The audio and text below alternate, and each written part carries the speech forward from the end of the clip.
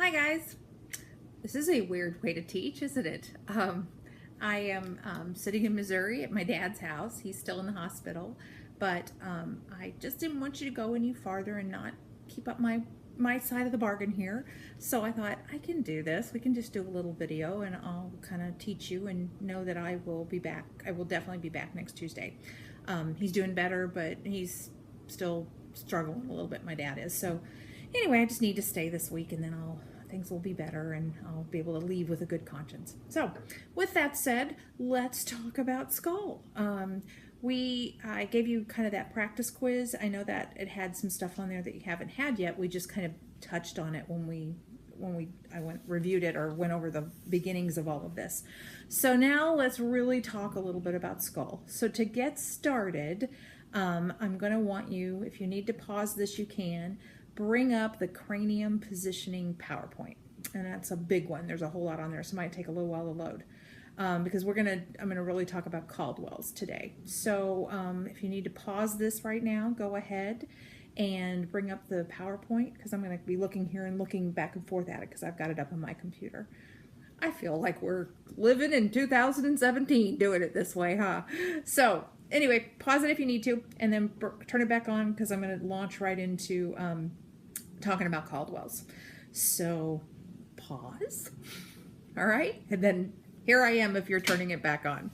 So to start with, remember I told you that all of the skull stuff will be done on 10 by 12s and everything else is on an 8 by 10. Whenever we're working with the whole skull, you've got to remember that you want to make sure you have light right above the vertex. I'm going to tell you where to center, but really that doesn't matter if you are centering there and then cutting off the top of their head because this has to be included when we do skull work, when we do cranium, obviously, because the vertex, those are parietals and frontals coming together up here, and we have to include that. So you're going to remember those skulls are really hard to judge what people, if they're skinny or thick or wide or normal because of the hair, whether they're mesocephalic or dolichocephalic or brachycephalic. So that's kind of what drives, we're going to give you a centering point, but from there you also got to make sure there's light above their head.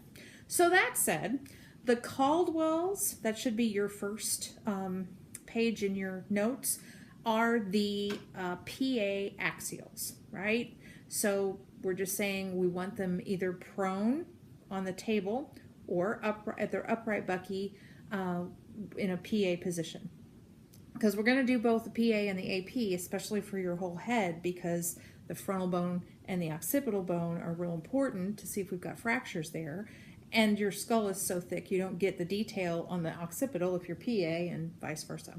So this is so weird. This is really weird to do it this way, but it's okay. Good thing I have a theater degree, right? Okay, so I want you to look at your first slide. You've got a bunch of slides there, a bunch of silly slides, and then I gave you the lines and the points again, and then it's got the brachycephalic and all of that, and then the two positioning things where if they're obese, where you need to build up their head, or if they're really, really astenic, that you have to build up their chest. So the first slide then says Caldwell's, and that's all it says. So then your next slide is the big guy laying on the table with his hands up on either side of his head. All right, so we should be on the page that says Caldwell's PA axial. I gave you all the page numbers for each of the skull, facial bone, sinuses, and all of that too, because they're spread out all over that chapter. So to start with, it's going to tell you, it says at the top skulls, and then it'll give you the page number, and then it says centering. So we're going to just write the centering down for all of the different facial bone, sinuses, and all of that. And then I'll give you the positioning because the positioning's the same for all of them.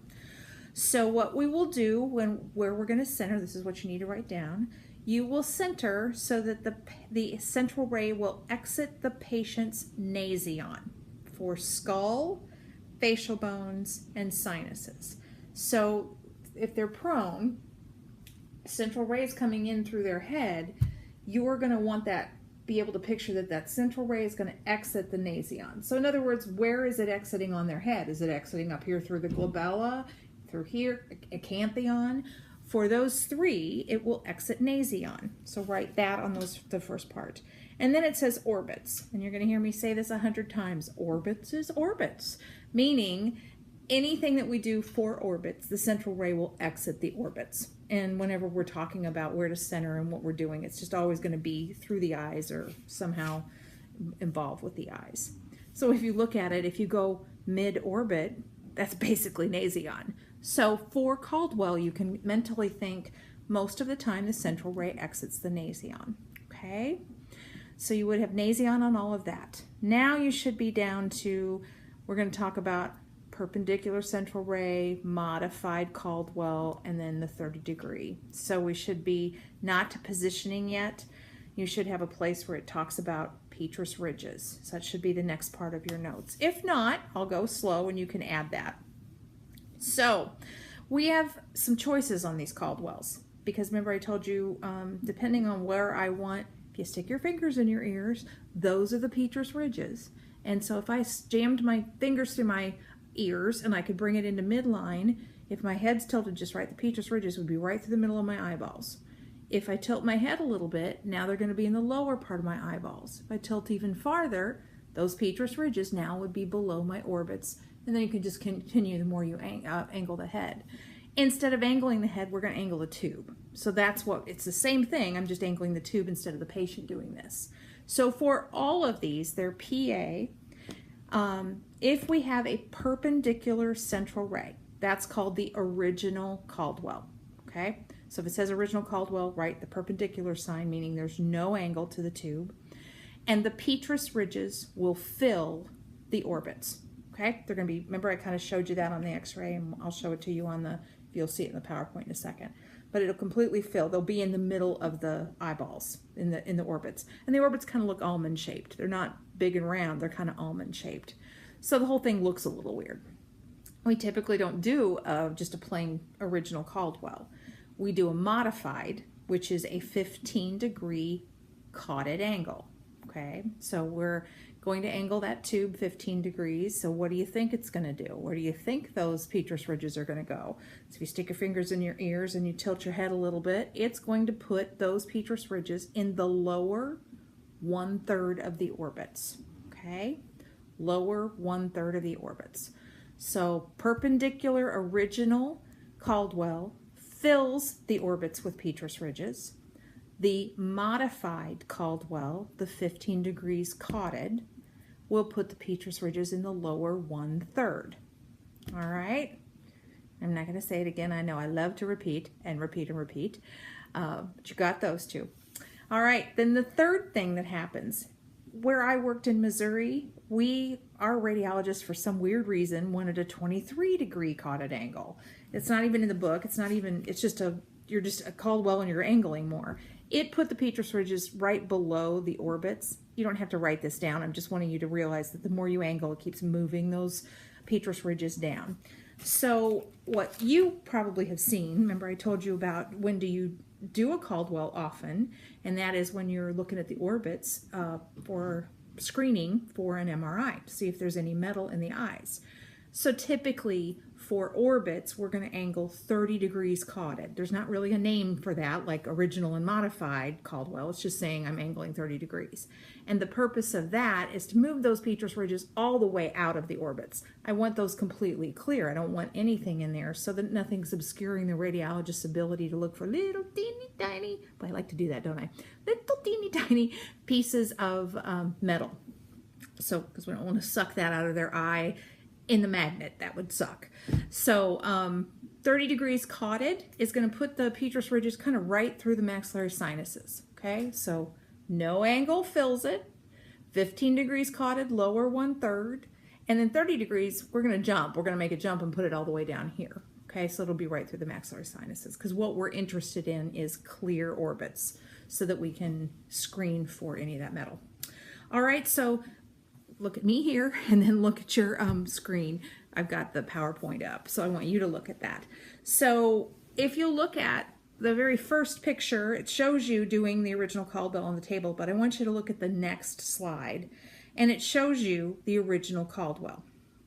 So when you look at that, it kind of looks like a skull, but it's got the Petrus ridges filling the orbits. And again, those orbits are kind of almond shaped. They're not really big and open and wide. When we angle that 30 degrees, you're going to get a much more round orbit. So we look at that, and kind of that slide gives you all the little pieces, parts. One of the questions I asked you on that quiz was, what was that little thing right in the middle? And hopefully you got it. Was the crista galli.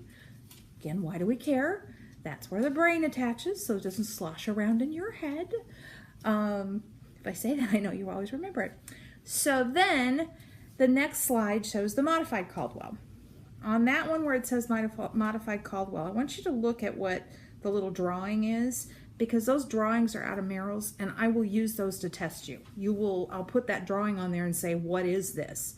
So you've got to look at it. We'll do this too when I get back on Tuesday, but if you got to really look at that and see how the way it's drawn. But where it says modified Caldwell, it shows the guy, and then it shows the drawings. And the drawings are a really good way to test you. Now we've angled 15 degrees, so I want you to look at the next slide. That's the actual picture, and look for those Petrus ridges.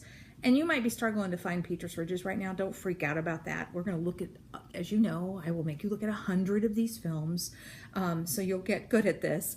But we got to start, so I want you to kind of look at it. And I don't know, I'm not running the PowerPoint. I'm just looking at the pictures, but I think I've drawn them on there because it is hard to find them right now. So don't worry about that if you're not seeing it. And then the next slide after the x-ray is like a drawing of it. Somebody's taken that exact x-ray, but they've hand drawn it. And it kind of shows you the Petrus ridges a little better. Okay, then the next slide, we're going to go back and do the positioning in a minute, so don't panic. I'm just wanting you to see what's happening with the Petrus ridges. Let's see how many times I can say Petrus ridges. Okay, so the next one says, I think I have the glasses on for this, 30-degree cotted angle. This is a terrible x-ray when you look at it. They haven't collimated it all. There should be no cervical spine on there, but it's a really good one if you should be able to see those Petrus ridges really clearly right through the maxillary sinuses. So take a minute. I really want you to look at that and see if you're able to see the difference. So if you can go back 2 slides and look at the modified, then compare it to the 30-degree cotted. First off, look at how much bigger and round those orbits are. And then I want you to look at how those are, again, running right through the maxillary sinuses. One of the things that we'll do is I'll put a bunch of films up, or I'll put them on a PowerPoint, and I'll just keep flashing them, and you'll get really good, just like we did with sternum and ribs. It'll get really good at being able to, at a glance, go perpendicular central ray. That's a 15 degree, that's a 30 degree, okay? Why do we care? Take a moment, then look around the classroom with each other and tell each other, why do we care about these damn Petrus ridges?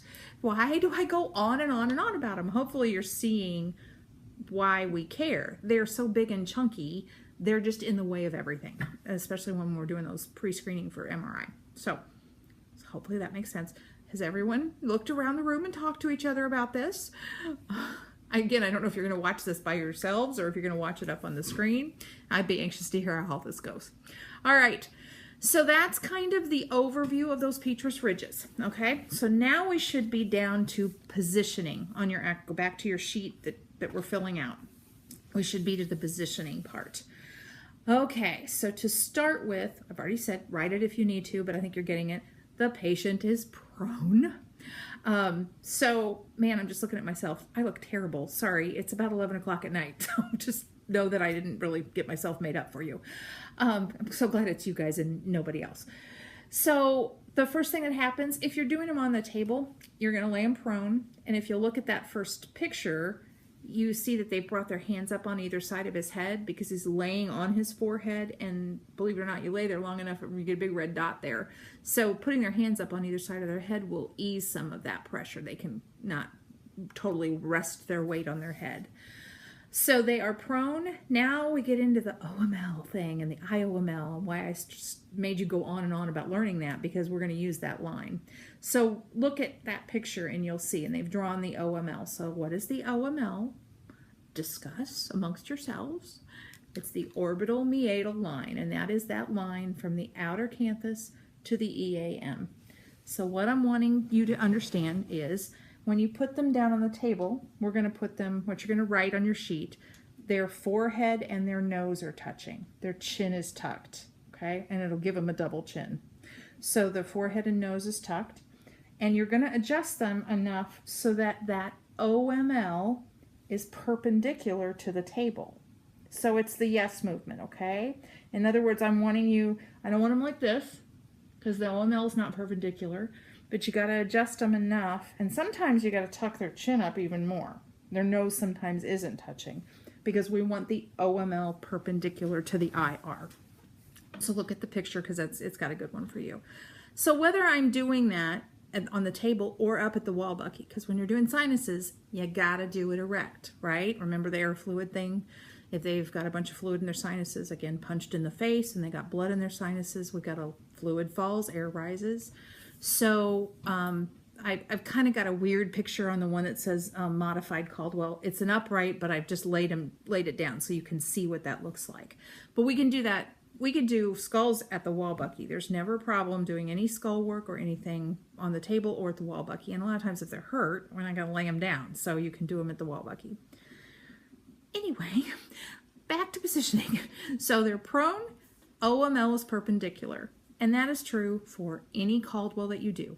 Sinuses, facial bones, skull, or orbits. Exactly the same. OML is perpendicular. Okay? Nose and forehead is touching. And why that's going to matter is there's going to be some questions I might ask you on a test. In which of the following would the forehead and nose be touching the IR? Or in which of the following would the chin be touching and the nose and the forehead are not? So which one is this? Remember, keeping your head above water? So if the chin is touching, it's a Waters. If it's the forehead and nose, it's a Caldwell or the PA axial. OML is perpendicular. All right. We also want the MSP perpendicular. What that will require you to do. So if you'll look at that picture where it says original Caldwell and he's laying there, you would need to actually walk to the end of the table and put your hand on either side of his head. I don't want you grabbing them, because the minute you do that, they're going to go like this, because anytime you grab somebody, especially if they're hurt. But because of that hair, you've got to put your hands on either side of their head just enough just to see if they're PA. In other words, I want that MSP perpendicular. If they're oblique at all, it will not be perpendicular. But that takes coming to the end of the table. You can't see it by standing to the side of the table. So you've got to make sure that's perpendicular. And then you got to stand to the side of the table to get the OML perpendicular. Again, you know, with ribs and sternum, it makes a lot more sense when we go down and practice, which we will do next week. So OML is perpendicular. Have I said that enough times? That's really all there is to the positioning of it. You're just making sure they're not oblique this way and that the OML is perpendicular this way, okay? What's next? So that's the positioning. I don't think I gave you a place to write collimation, so find somewhere out to the side on the notes to write that.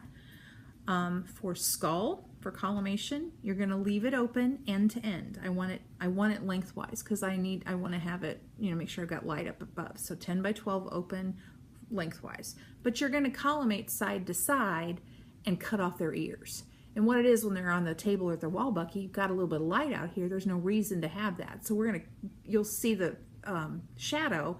You're going to just collimate it in enough to cut off their ears. So for skull, leave it open end to end, but collimate side to side to cut off their ears. End to end, cut off their ears. All right, for facial bones, now remember it's an 8 by 10. So you're still going to leave it open lengthwise, okay? And you're going to collimate side to side. If you've got, again, a little person, again, you can cut off their ears. You just have to, if we're doing facial bones, you have to make sure that you leave the light above the eyebrows? Yeah, I'll make sure I'm saying this right. You got to include the eyebrows, and you have to include the mandible, because that's a facial bone, right? So you don't have any facial bones above your eyebrows, right? That's frontal bone. So you're going to get the whole orbits, and then you leave it open enough to include the mandible. So that's how much you would collimate. Again, makes more sense when we get to go downstairs and practice. Sinuses, going to be similar to facial bones, but you don't have to have the mandible because you don't have any sinuses down here, right? You've got frontals, you've got maxillaries, and then straight back from there you've got sphenoid and ethmoid. So you actually can collimate more this way. Same thing, side to side, cut off the ears, but this way you can actually collimate up, basically I say up to the bottom lip, okay, because the maxillaries will end right here. So you can collimate about that much. For orbits, you're going to collimate to make a mask. So just write mask, okay, because that means we're going to collimate both this way and then up to the face. So for orbits is orbits. So we're going to collimate as a mask. So again, skull, make sure you are including the vertex of the head, cut off their ears. Basically, you're leaving it open end to end no matter what. For facial bones and sinuses, you're going to leave it, you're going to collimate side to side, cut off the ears, and then include whatever body part we have to have. So it was eyebrows to mandible for facial bones, and it was, I'm getting tired, it was frontals to the lip. You want to make sure you've got all of that on for sinuses. All right, moving on. So now look back at your PowerPoint. So you've got the original Caldwell, and that's a skull, and then the modified Caldwell, it's also a skull. So look at the x-ray that comes after the modified skull positioning, and you'll see the x-ray. Then you've got the 30 degree, and that is good. Remember, 30 degrees is really only ever going to be for orbits. Okay, so on special considerations, so on that on your notes, I want you to write for skull, I want to make sure there's light above the head. I don't care, it says to center at the or exit the nasion, but if we have to cheat, we will, because we got to have that on there. So just know we may be cheating on centering for skull. What special considerations, I'm sorry, what you're seeing, what's best demonstrated. What do you think is best demonstrated if I'm laying my head down? What cranial bone? What cranial bone? I don't know why that seems like I'm going to get you there with that. You already have said this, and I know you've guessed it. It's frontal bone, right? If we're laying on it, it's frontal bone. If we're at the wall bucky and we're putting our head against the wall bucky, that's for frontal sinuses, okay? So what you're seeing is frontal bone best demonstrated. Let's see. Let's look back at the, yeah. Okay, so we have 30 degrees cotted. So all I did for you, I gave you the positioning, but now after the 30 degree cotted slide that's got the x-ray that I said is so poorly collimated, it says sinuses, and then it'll say the next slide is facial bones, and the next slide is orbits. You'll see the positioning is all the same. I'm just showing you, giving you how we center, which is really similar. So for sinuses, we're at the wall bucky. Again, LML's perpendicular.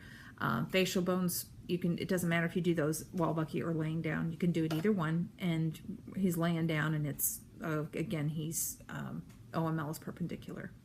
So the positioning is exactly the same all the way through. You're just changing the angle, and you're changing where we center. Okay. All right. So I gotta look a little farther down here. You'll have orbits for Caldwell positioning, and then you'll see the orbits for Caldwell, the x-ray right after that. Then the one right after that says how much was the tube angled. So I'm wanting you to take a look at that, and between you guys discuss it. You're going to find the Petrus ridges, and you're going to make a guess. So your guesses are always going to be either original, which is a perpendicular central ray, modified, 15 degrees cotted, or the 30 degree cotted. Those are the only ones I'll use to test you on. So look at those. All right. That's kind of all we're going to do today, because I don't even know if this is working. I don't know how this will be for you guys, so I don't want to go do the rest of them, because we'll do laterals next. But I wanted you to, at least we'll get started and we'll see if this works. Let's see, I'm at 23 minutes. I could usually talk a lot longer than that, huh? All right, the other thing I want you to do is there's some practice PowerPoints on here. You're not going to know the towns, and you're not going to know the waters. I don't expect you to know that yet, but I want you to see if you can go in and find all the Caldwells and decide if it's perpendicular, 15 degrees cotted, or 30 degrees cotted. I want you to kind of cement that. All right. We'll see how this works. Keeping my fingers crossed. I do want just, you know, go look at stuff and talk amongst yourselves and see if this is making sense. And then we'll go from here. I will be back Tuesday, and you guys hang in there, and thank you for your thoughts and prayers. I appreciate it, and I'll talk to you later. Bye.